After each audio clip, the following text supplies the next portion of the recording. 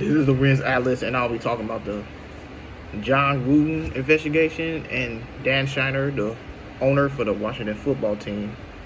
And my thoughts on the John Gruden leaked emails is that I ain't gonna lie, I'm not really surprised because there have been a couple players throughout his coaching career who called him out or said stuff about him that a lot of people didn't listen to.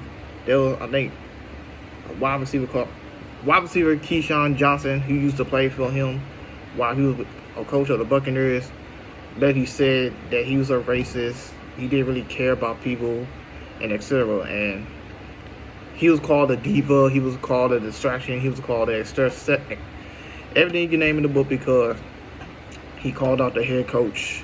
And years later, he was turned out to be right. And Antonio Brown, who's a current player for the Tampa Bay Bucks, ironically, also says similar things about John Gruden while Gruden was on the Oakland Raiders and when Antonio Brown was on the Oakland Raiders for like a couple games before his shenanigans. And he was also right, so I'm not really surprised. He deserved to get fired because saying those things about the guy is very unprofessional and very unacceptable.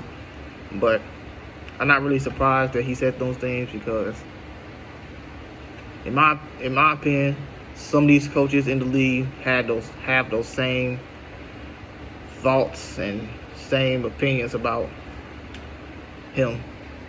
And he also talked about the commissioner as well, which is very unacceptable because he's the guy that runs the league for the most part, and I'm not really surprised. But to go on to the Washington football team investigation, the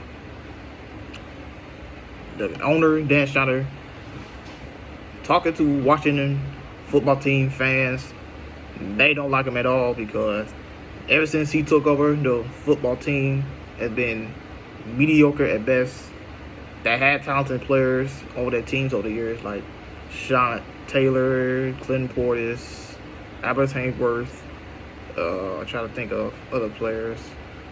Those are the main guys that I know of, but RG3, another guy who was on that Washington football team squad, even though their name wasn't the football team at the time, he deserved to get fired because there was also allegations around him about sexual assault with the cheerleaders and masseuses, I believe. I know the cheerleaders were one of them, but masseuses on the female masseuses on the team, and I believe that some of these owners, not all, but some of these owners participate in similar activities, but don't ever get called out or caught because I don't know why. So I believe that Dan Snyder deserves to get fired immediately.